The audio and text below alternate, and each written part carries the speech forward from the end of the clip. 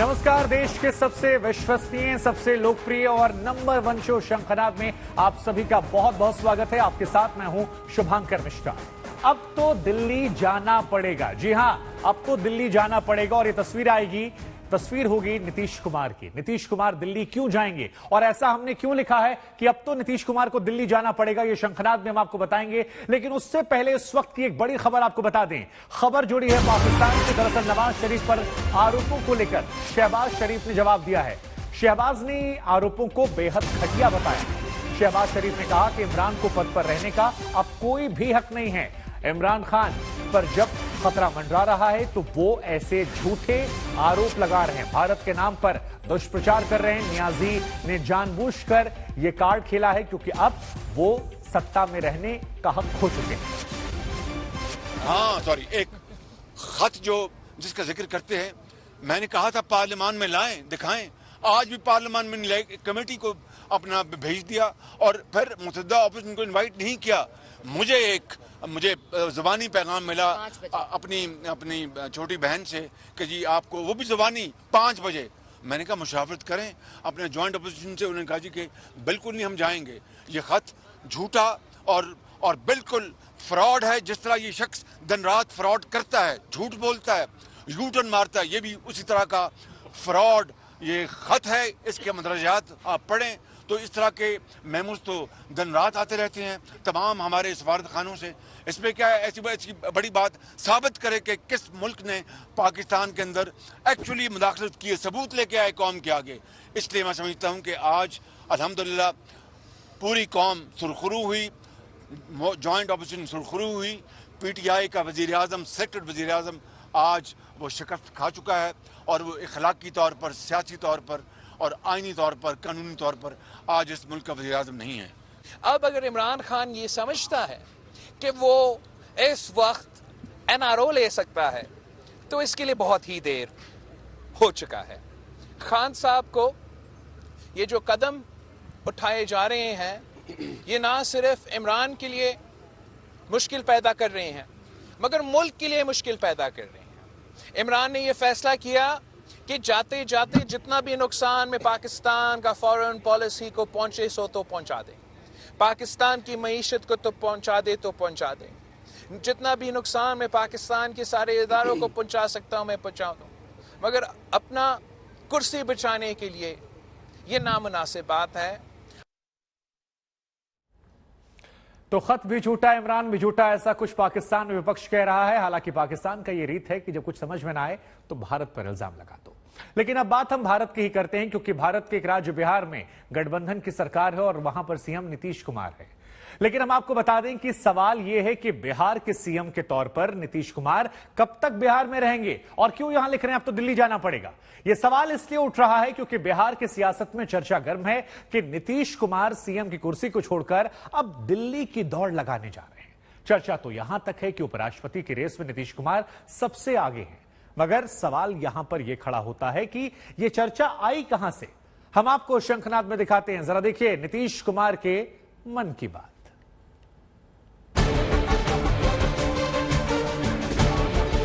भावना को भी कोई नहीं मानता है तो हम तो मानते ही नहीं है कि वो हिंदुस्तानी है, वो भारतीय तो है ही नहीं और वो काबिल तो है ही नहीं। इंक्वायरी करके सजा देगी, आपका ये काम नहीं है। आप पूछ रहे हैं, जवाब दिया जा रहा है। अब आप कहिएगा इसको फिर करेंगे, इसका मतलब है संविधान का खुलेआम उल्लंघन कर रहे हैं।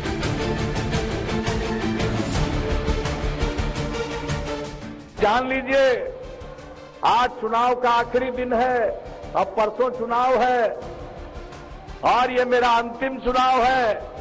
अंत भला तो सब भला। तब किसी ने नहीं सोचा होगा कि नीतीश कुमार के इस बयान का अर्थ इतना आगे निकल जाएगा कि 1.5 साल के भीतर कयास लगने शुरू हो जाएंगे कि क्या बिहार की राजनीति से नीतीश का मन भर गया। क्या नीतीश कुमार बिहार के बाद दिल्ली आएंगे। 7 बार सीएम रहने के बाद क्या नीतीश कुमार अब उपराष्ट्रपति बनेंगे। तो बताते हैं आपको। मुख्यमंत्री नीतीश कुमार ने पत्रकारों के साथ अनौपचारिक बातचीत में कहा कि वो लोकसभा के सदस्य रह चुके हैं, केंद्रीय मंत्री रह चुके हैं, एमएलसी रह चुके हैं, विधायक रह चुके हैं, मुख्यमंत्री रह चुके हैं, मतलब सब रह चुके हैं सिवाय राज्यसभा सदस्य होने के। तो 7 बार मुख्यमंत्री बनने के बाद क्या नीतीश कुमार के दिल में राज्यसभा का मुखिया यानी उपराष्ट्रपति बनने का ख्वाब खिला हुआ है? बात जो भी हो, मगर नीतीश के दिल से निकली इस आवाज को बिहार के सियासतदानों ने लपक लिया। नीतीश की ही पार्टी के मंत्री कहते हैं कि नीतीश कुमार जो चाहें वो करें। वो क्या कहते हैं मैंने सुना नहीं है, लेकिन व्यक्तिगत राय अगर कोई देते हैं तो हमको कोई एतराज नहीं है, लेकिन पार्टी की जो राय है वो कोई व्यक्ति नहीं दे सकता है। पार्टी के जो अधिकृत पर्सन है वही पार्टी की राय देते हैं। उपराष्ट्रपति बन सकते हैं, राज्यसभा जा सकते हैं मुख्यमंत्री, ये बात मुझे मालूम नहीं है। ये हवा में चर्चा चलती रहती है और अनेक प्रकार की चर्चाएं होती रहती है। इस पर कोई टिक्का टिप्पणी करना हमारे लिए श्रेयस्कर नहीं होगा। बीजेपी भी कहां अलग बयान देगी। बीजेपी की ओर से भी यही दोहराया गया कि नीतीश की अगर इच्छा है तो इच्छा को स्वेच्छा से माना जाएगा। मनसा जाहिर किए हैं तो उनका मनसा पूरा होगा, वो जो चाहेंगे सो होगा। वो अगर मनसा जाहिर किए हैं तो हम लोग उनके विल के साथ हैं, इच्छा के साथ हैं। बिहार में क्या? बिहार में फिर नया हवा बहेगी, नया क्रांति आएगा। बिहार की राजनीति में कौन सी क्रांति आने वाली है, इस सवाल का जवाब बीजेपी के पास ही है। मगर बिहार की पूर्व मुख्यमंत्री राबड़ी देवी कहती हैं कि नीतीश कुमार को बिहार में रोक ही कौन रहा है। जाना है कल, चले जाएं आज। जाना चाहिए, जाना चाहिए। ये माना करेगा, कोई नहीं माना करेगा, सब कोई चाहेगा कि जाए।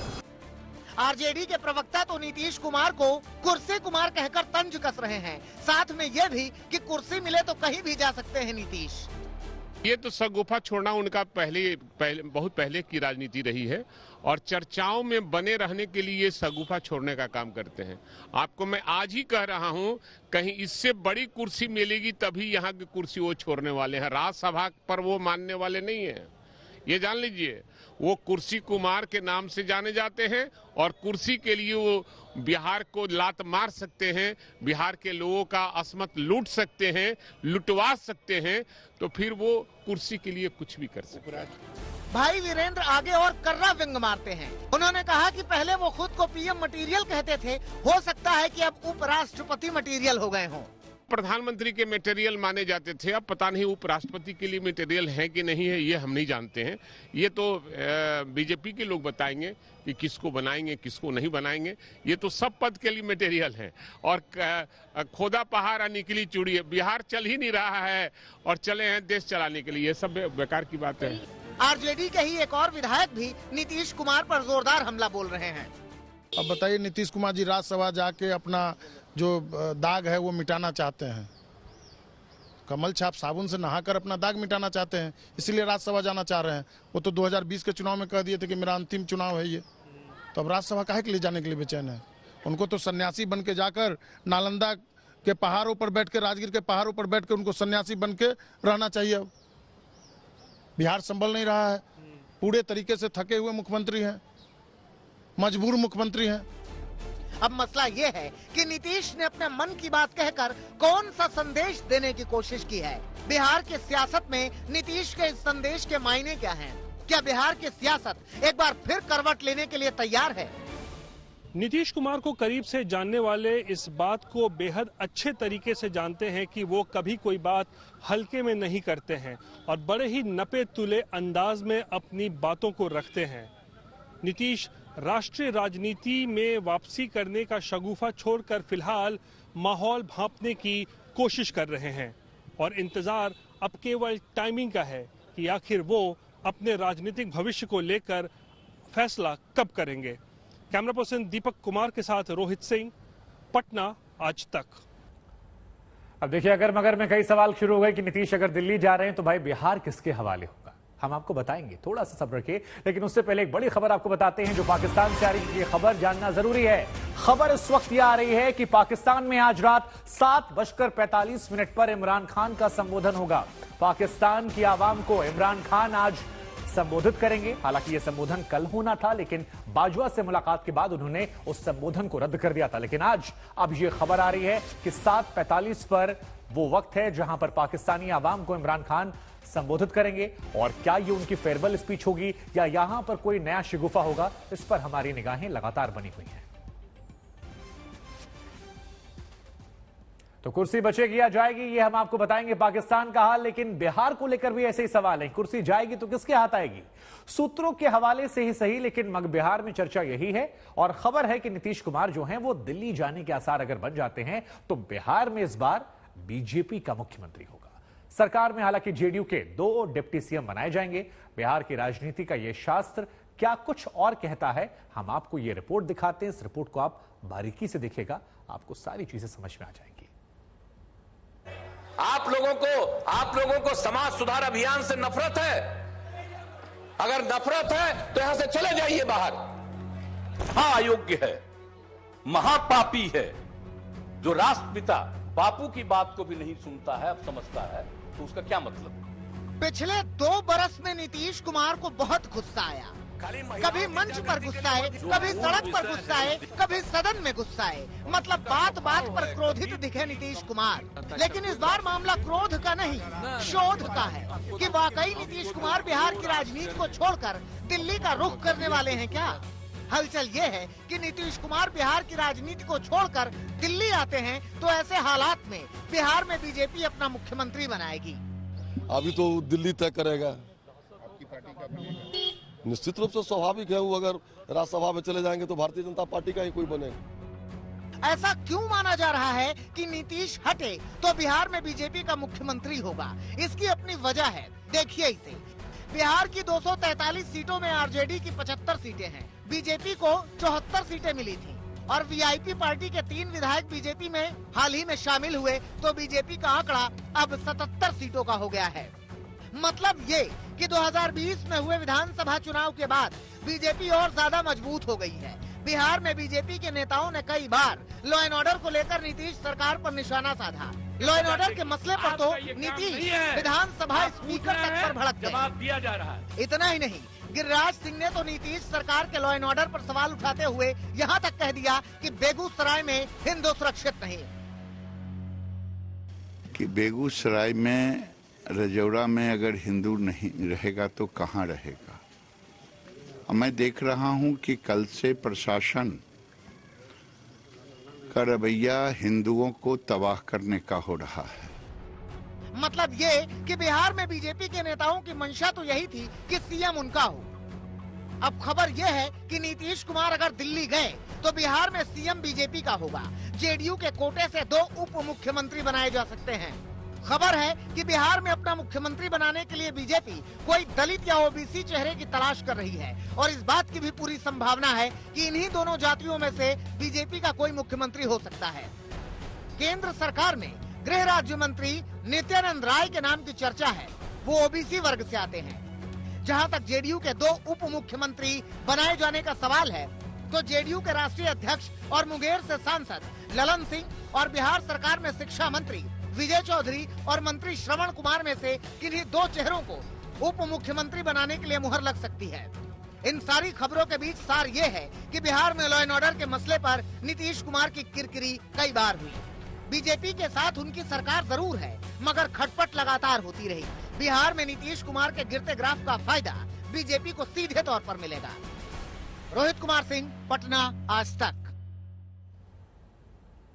नीतीश कुमार के नाम की चर्चा से बिहार का जो सियासी माहौल है वो फिर से गरमाने लगा है, लेकिन इसी माहौल के बीच में बिहार विधानसभा से हंगामे और शोर शराबे की कुछ भयानक तस्वीरें भी सामने आई हैं। स्थितियां तो यहां तक पहुंच गई हैं कि विधानसभा स्पीकर ने वाम दलों के विधायकों को मार्शल से बाहर फेंकवा दिया। हालांकि बाद में विधानसभा से बाहर किए गए विधायकों ने सड़क पर विरोध प्रदर्शन शुरू किया, नारेबाजी की। देखिए जरा ये रिपोर्ट।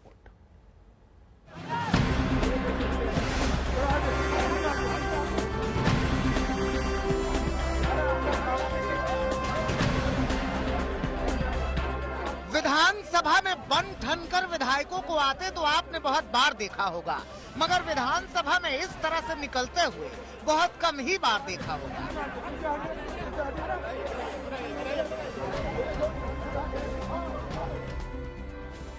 एक विधायक 16 हाथ, एक विधायक 12 हाथ हवा में लहराते हुए तिल मिलाते हुए दूसरे के हाथों पर सवार होकर निकले वामपंथी विधायक। दरअसल सीपीआई एमएल के विधायक बिहार विधानसभा में कानून व्यवस्था के मुद्दे पर और दलितों पर हो रहे अत्याचार के मुद्दे पर चर्चा की मांग कर रहे थे। उस मांग में इतनी धार थी कि वो विधानसभा में हंगामे में परिवर्तित हो गई। विधायक जब वेल में आए तो विधानसभा स्पीकर का धैर्य जवाब दे गया। बिहार विधानसभा में कल जहां ओवैसी की पार्टी के विधायकों को मार्शल आउट किया गया था, वहीं आज स्पीकर ने लेफ्ट पार्टीज के जो विधायक हैं उनको जो है सदन से बाहर करने का जो आदेश दिया। उसके बाद कई विधायकों को यहां देख सकते हैं, वामपंथी विधायकों को यहां मार्शल आउट किया जा रहा है।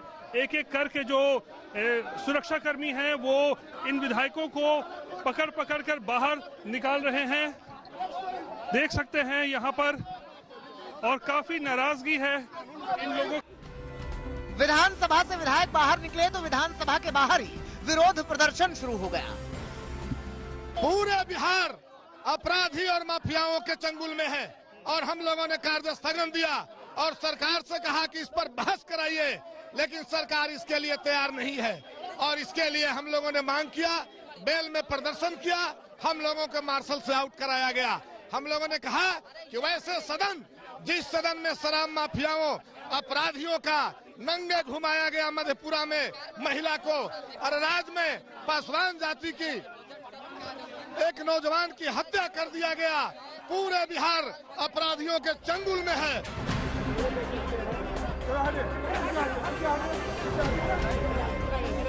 विधायकों ने नीतीश सरकार के साथ साथ विधानसभा स्पीकर के खिलाफ भी जमकर नारेबाजी की।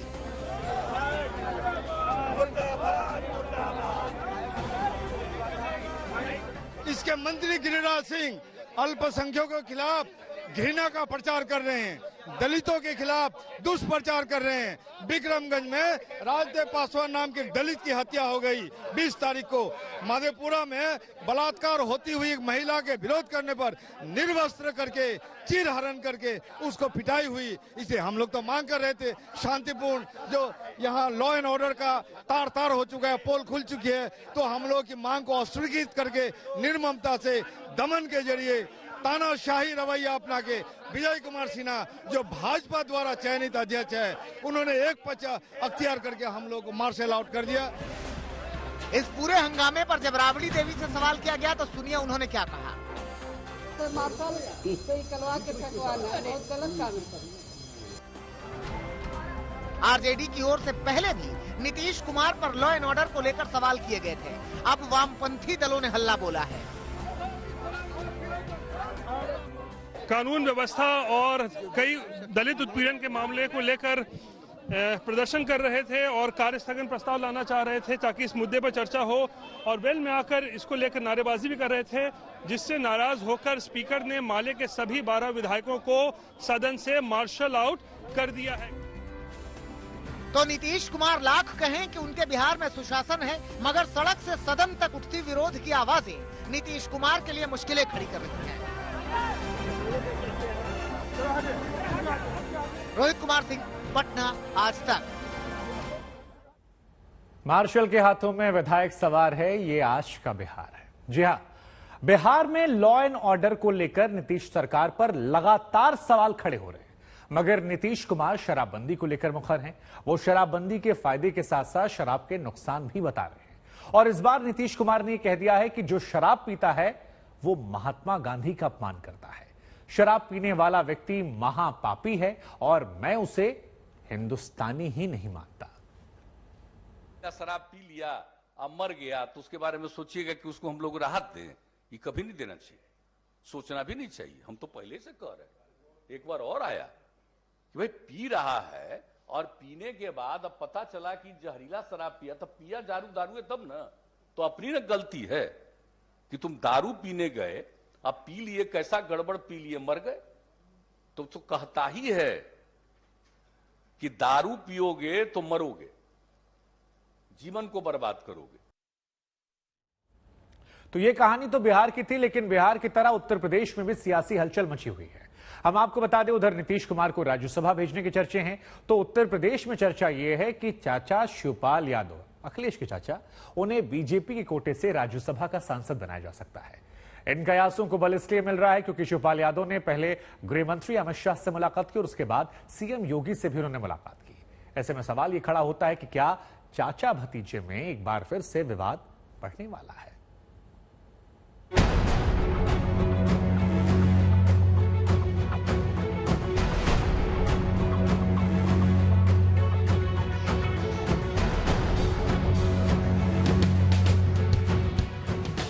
राजनीति में कोई भी तस्वीर यूं ही नहीं होती। हर तस्वीर के अपने मायने होते हैं। हर तस्वीर पर कुछ तर्क होते हैं, कुछ चर्चे होते हैं और कुछ सवाल भी होते हैं। ऐसी ही तस्वीर है ये। अखिलेश यादव के चाचा और प्रगतिशील समाजवादी पार्टी के मुखिया शिवपाल यादव सीएम योगी आदित्यनाथ से मिलने पहुंचे थे। शिवपाल का सीएम से मिलना यूपी की राजनीति में नए सवाल लेकर आया है। सवाल ये है कि क्या शिवपाल यादव कोई बड़ा खेल करने जा रहे हैं? क्या शिवपाल यादव समाजवादी पार्टी से गठबंधन खत्म करेंगे? क्या शिवपाल यादव बीजेपी के कोटे से राज्यसभा जाएंगे? इन सवालों को हवा इसलिए मिली क्योंकि शिवपाल यादव सीएम योगी से मिलने के पहले गृह मंत्री अमित शाह से भी मिल चुके हैं। शिवपाल यादव की इन मुलाकातों ने समाजवादी पार्टी के गठबंधन खेमे में खलबली मचा दी। केशव देव मौर्य कहते हैं कि शिवपाल का रिश्ता बीजेपी से पहले से है। शिवपाल सिंह यादव जी का भाजपा से रिश्ता पहले से ही मुझे लगता है, इसलिए कि जब बहन कुमारी मायावती जी का बंगला मुख्यमंत्री रहते हुए सुप्रीम कोर्ट का आदेश पर खाली करवाया गया था, वो बंगला उन्हें अलॉट कर दिया गया, तो कुछ तो रिश्ता होगा भाई। वो रिश्ता अगर है तो, अगर नहीं है तो वो बंगला खाली करवा लिया जाना चाहिए। भाई मैं भी तो नेता हूँ, क्या मुझे कोई भाजपा सरकार ने कोई मुझे दिया है, कुछ मदद की है? चंद रोज पहले अखिलेश ने समाजवादी पार्टी की एक बैठक की थी। उसमें शिवपाल का दर्द छलका था। शिवपाल ने कहा था कि उन्हें अखिलेश ने बैठक में नहीं बुलाया, न ही उन्हें कोई सूचना दी गई। ये मुझे जानकारी नहीं मिली है। मैं तो यहाँ इसीलिए रुका था कि बैठक में जाऊंगा। हम बात करने वाले हैं रूस और यूक्रेन के युद्ध की, जो 36 दिनों से जंग की आग में सुलग रहा है। टर्की में बातचीत में रूस ने भरोसा दिया था कि वो यूक्रेन पर हमला रोक देगा, लेकिन ये हमले रुके नहीं हैं। वहीं ज़ेलेंस्की ने भी अब यह साफ कर दिया है कि देखिए, बातचीत पूरी तरह से फेल हो चुकी है। ऐसे में कई इलाकों में यूक्रेन और रूस की सेना के बीच एक बार फिर से संघर्ष तेज हो गया है। हालांकि आज तक की टीम आप तक तमाम खबरें पहुंचाने के लिए ग्राउंड जीरो पर लगातार मौजूद है। दोनों अलग अलग सेनाओं के साथ हम मौजूद हैं। यूक्रेन की सेना के साथ हमारे संवाददाता गौरव सावंत मौजूद हैं, तो वहीं रूस की सेना के साथ हमारी संवाददाता गीता मोहन चल रही हैं। ये दोनों आपके लिए पल पल की हर खबर आप तक सबसे पहले और सटीक पहुंचाने के लिए लगातार रिपोर्टिंग कर रहे हैं। तो सबसे पहले हम बात करते हैं 36वें दिन की हलचल की, जो बता रहा है कि ये जंग ऐसा प्रतीत हो रहा है कि अभी यहां से और लंबी चलने वाली है।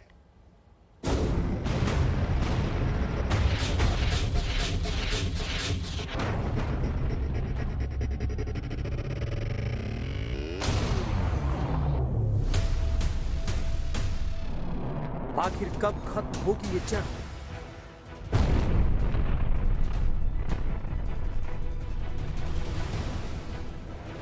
आखिर कितना तबाह होगा यूक्रेन?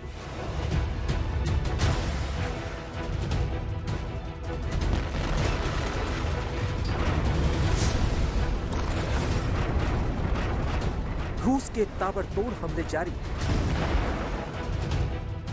यूक्रेन के शहर खंडहरों में तब्दील हो रहे हैं।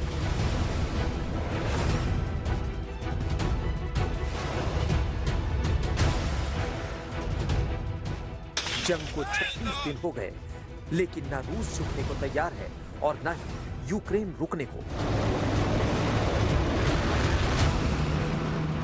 अब लड़ाई शहरों पर कब्जे को लेकर है।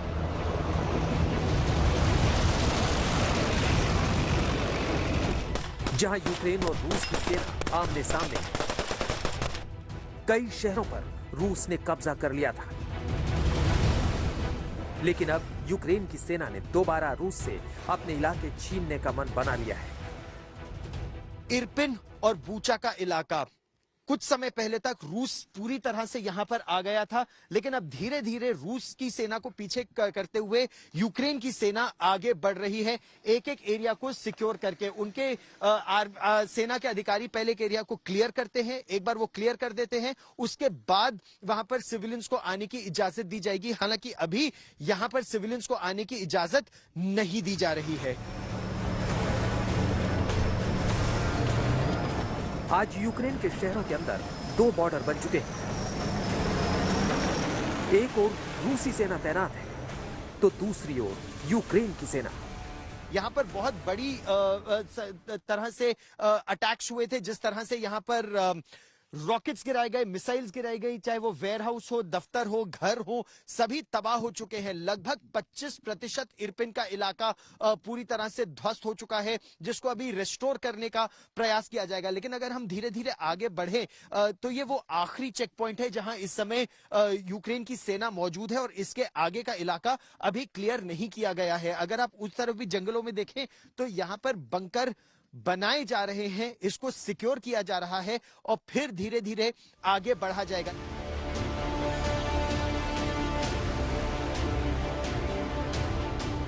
दोनों सेनाओं की ये खींचतान अपने साथ तबाही लेकर आती है। शहर के शहर तबाह हो रहे हैं, क्योंकि जिन हथियारों का इस्तेमाल किया जा रहा है उनका मकसद सिर्फ जंग जीतना है।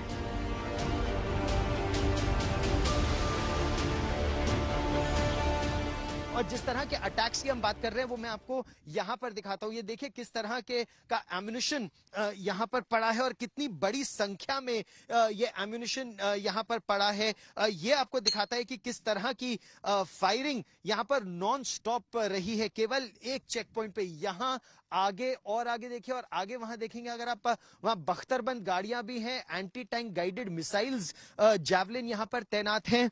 और इसके आगे अब यूक्रेन की सेना भी धीरे धीरे आगे बढ़ने का प्रयास कर रही है। उसका लक्ष्य यही कि अपने इलाके को एक बार फिर अपने कब्जे में किया जाए। इरपिन पूरी तरह से तबाह हो चुका है, तो राजधानी कीव पर आखिरी लड़ाई लड़ी जा रही है, जहां रह रहकर धमाकों का शोर सुनाई देता है।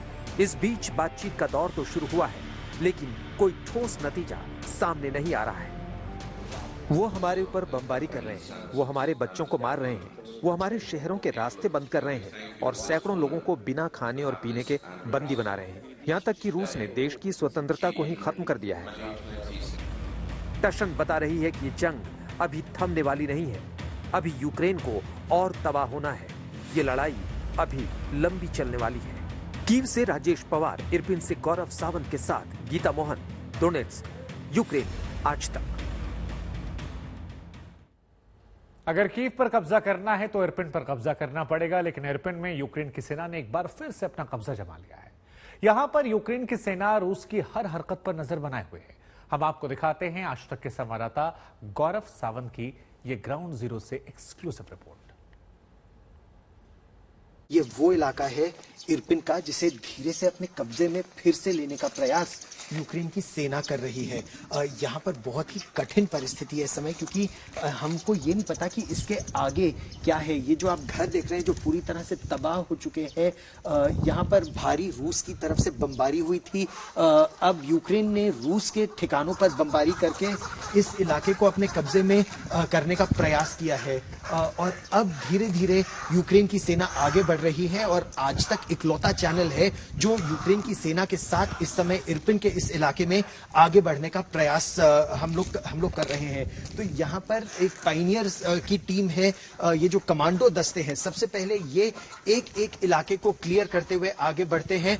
जब ये हरी झंडी देते हैं तो उसके बाद बाकी सेना आगे आती है और फिर उस इलाके को सैनिटाइज किया जाता है, क्योंकि अभी मालूम नहीं कि आगे के घरों में कौन है, आगे के घरों में क्या इस समय रूस की आर्मी है, नहीं है, कोई मिलिशिया है, चेचन लड़ाके हैं, कौन है अभी किसी को नहीं पता। लेकिन एक एक इलाके को खाली करते हुए जब ये सेना के सिपाही आगे बढ़ते हैं, उसके बाद इस पूरे इलाके को क्लियर माना जाता है। अगर आप इस पूरी लेन में देखें, ये सारे घर बिल्कुल खाली पड़े हैं और सिविलियन पॉपुलेशन के वापस आने के से पहले इस इलाके को पूरी तरह से यहाँ पर सैनिटाइज करना है। वो कैसे किया जाएगा, ये देखना होगा कि यहाँ पर कोई बम ना गिरा हो, कि ऐसा बम गिरा हो जो फटा ना हो, निष्क्रिय ना किया गया हो, तो पहले उसे निष्क्रिय किया जाएगा।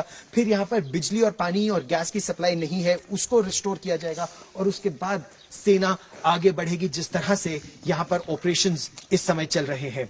कैमरामैन ललित मोहन जोशी के साथ गौरव सावंत, इरपिन, कीव के मुहाने पर, यूक्रेन आज तक। तो गौरव सावंत की आपने एक्सक्लूसिव रिपोर्ट देखी, वो यूक्रेन की सेना के साथ वहां के एक्शन और हलचल की तमाम खबरें आप तक पहुंचा रहे हैं। वहीं हमारी एक और संवाददाता रूसी सेना के साथ मौजूद हैं। कैसे रूस की तरफ से लगातार हमले जारी हैं और आगे रूस की क्या तैयारी है, हम आपको दिखाते हैं गीता मोहन की ग्राउंड जीरो से इस एक्सक्लूसिव रिपोर्ट में।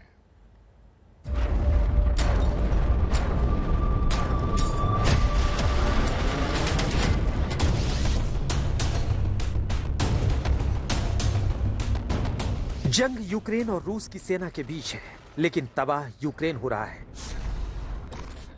रूस पूरी तरह से तैयार है यूक्रेन को झुकाने के लिए। बड़े बड़े टैंक यूक्रेन की सड़कों पर दौड़ रहे हैं। 64 रशियन टैंक, तैयारी बिल्कुल जारी है। यहाँ पर रूसी फोर्सेस एमिनिशंस और वेपन्स इस टैंक के अंदर डाल रहे हैं और कुछ ही देर में ये यहाँ से बॉर्डर की एरियाज तक पहुंचने वाले हैं। ये वो इलाका है जो अब रूसी कंट्रोल में आ गया है। यूक्रेनियन फोर्सेस को उन्होंने पीछे कर दिया है, पीछे पुश कर दिया है, और ताकि कंट्रोल बना रहे इसलिए जितना भी बैकअप चाहिए, ये बहुत ही सेंसिटिव इलाका है। डोनेस्क का बिल्कुल नॉर्थ ऑफ डोनेस्क है, बहुत ही सेंसिटिव इलाका है, तो जितनी भी सपोर्ट चाहिए उन्हें वो रूसी फोर्सेस पीछे से प्रोवाइड कर रहे हैं। और इसीलिए ये टैंक्स कुछ ही देर में यहाँ से रोल करते हुए बॉर्डर पे पहुंच जाएंगी, जो अब नया फ्रंट बन चुका है यूक्रेन और रूसी फोर्सेस के बीच। ये गोरलोवका का इलाका है, यूक्रेन के डोनेस्क ओब्लास्ट का हिस्सा, जो फिलहाल रूसी कंट्रोल में है। लेकिन यूक्रेनी फौज ने यहाँ मोर्चा खोल दिया है, लिहाजा रूसी फौज एक्शन में है। टैंक्स आफ्टर टैंक्स यहाँ पर देखिए आप, टैंक्स चलते जा रहे हैं फ्रंट लाइन पर। ये वो इलाका है, वो गांव है जो अब रूसी फोर्सेस ने अपने कंट्रोल में ले लिया है। लेकिन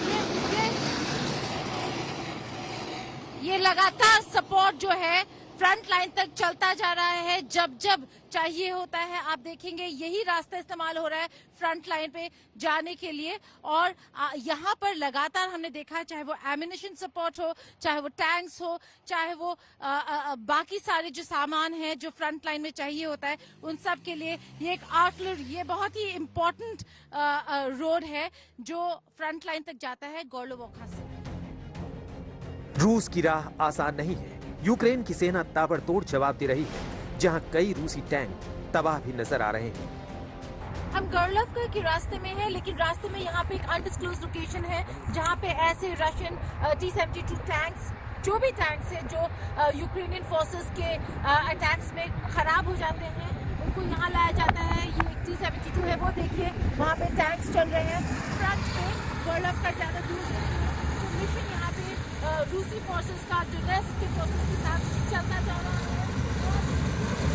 तो अभी वहाँ जा रहे हैं जहाँ पे हम जा रहे हैं, और ऐसे ही जहाँ पर हम देखते हैं कि डैमेज हो गया है, ठीक करा जाएगा और वैसे ही फिर से फ्रंट पे भेजा जाएगा। गोरलोवका में भी बॉर्डर बन चुका है, जहां रूसी सेना और यूक्रेन की सेना आमने सामने है। गोरलोवका सिटी जो बहुत भारी बमबारी फेस कर रहा है, शेलिंग फेस कर रहा है यूक्रेनियन साइड की तरफ से, क्योंकि यहाँ पे ज्यादातर रूसी लोग रहते हैं। 2014 से गोरलोवका डोनेस्क के अंडर रहा है। शीशे टूट गए लेकिन हिम्मत नहीं टूटी। यहाँ पे लोग अपने गार्डन को अभी भी संभालने की कोशिश कर रहे हैं।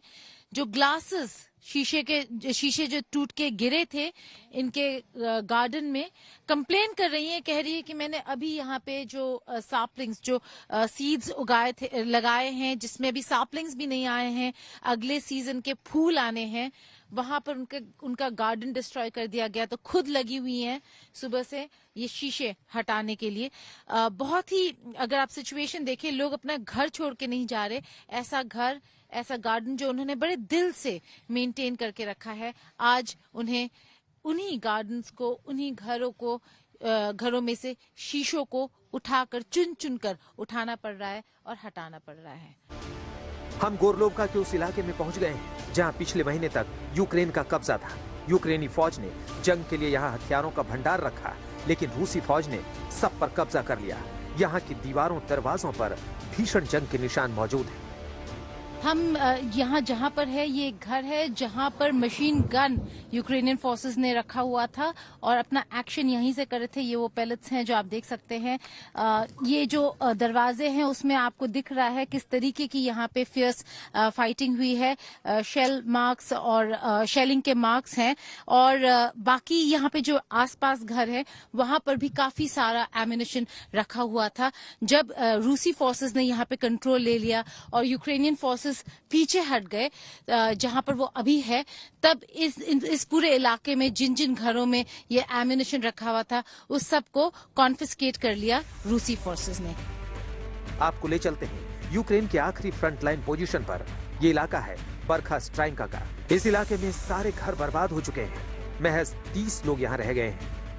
फ्रंट लाइन के आखिरी पोस्ट पे, आखिरी पोजीशन में हम खड़े हैं। यहाँ पे रूसी फौजों ने कंट्रोल ले लिया है, यूक्रेनियंस को पीछे कर दिया है। तो ये जो पहले यूक्रेनियन साइड था, आज ये गांव वर्खवा स्ट्रायांका जो है वो अब रूस के अंडर आ गया है। रूस और डोनेट्स्क के अंडर आ गया है, डीपीआर के अंडर। गांव देखे बिल्कुल बर्बाद हो चुका है, एक भी घर नहीं बचा है। मोटर शेलिंग दोनों तरफ से चल रहा है, बमबारी दोनों तरफ से चल रही है। इसी वजह से घर सारे बर्बाद हो गए हैं। यहाँ पे हमें कहा जा रहा है 30। तो डोनेट्स्क से ये रिपोर्ट आप गीता मोहन की देख रहे थे। वैसे तो वक्त यहां पर ब्रेक का था, लेकिन एक खबर जरूरी है आपको बताना। वो खबर ये है कि इमरान खान अपने संबोधन से पहले राष्ट्रीय सुरक्षा समिति की एक बैठक करते हैं। ये बैठक काफी ज्यादा महत्वपूर्ण हो जाती है। सीसीएस की ये बैठक है और ये कहा जा रहा है कि इस बैठक के बाद इमरान राष्ट्र के नाम संबोधन रख सकते हैं। उस संबोधन पर क्या कुछ बड़ी बातें होंगी, उस पर लगातार आज तक की निगाहें बनी हुई हैं। लेकिन ये बैठक भी अपने आप में अहम हो जाती है, क्योंकि इमरान खान आवाम को संबोधन करने जाएं उससे पहले ये बैठक होती है। और ये बैठक राष्ट्रीय सुरक्षा समिति सीसीएस की ये बैठक अपने आप में कई मायनों में अहम हो जाती है। इससे थोड़ी देर बाद इस बैठक की तस्वीरें भी हम आपको दिखा रहे हैं। वो तमाम लोग जो इस बैठक में शामिल हुए, कई मंत्री यहां पर आपको नजर आ रहे हैं पाकिस्तान कैबिनेट के। खुद प्रधानमंत्री इमरान खान पाकिस्तान के आपको नजर आ रहे हैं, शेख रशीद यहां पर आपको नजर आ रहे हैं और इसके अलावा फवाद चौधरी आपको नजर आ रहे हैं। तो पाकिस्तान के तमाम जो बड़े मंत्री हैं, चाहे वो विदेश मंत्री हो, रक्षा मंत्री हो, अलग अलग मंत्रालयों के लोग जो हैं वो आपको यहां पर नजर आ रहे हैं। संबोधन से पहले, क्योंकि राष्ट्रीय सुरक्षा समिति की यह बैठक है, ऐसे में अपने आप इस बैठक के मायने काफी ज्यादा अहम हो जाते हैं। कल भी इमरान खान का संबोधन जब था, उससे ठीक पहले उन्होंने बाजवा से मुलाकात की थी, उसके बाद संबोधन कैंसिल हो गया था। लेकिन अब यहां पर यह बैठक बहुत महत्वपूर्ण है। इस बैठक को लेकर पल पल की जानकारियां जो हैं वो हम आपको पहुंचाते रहेंगे। आज तक HD, सबसे तेज, सबसे ज्यादा।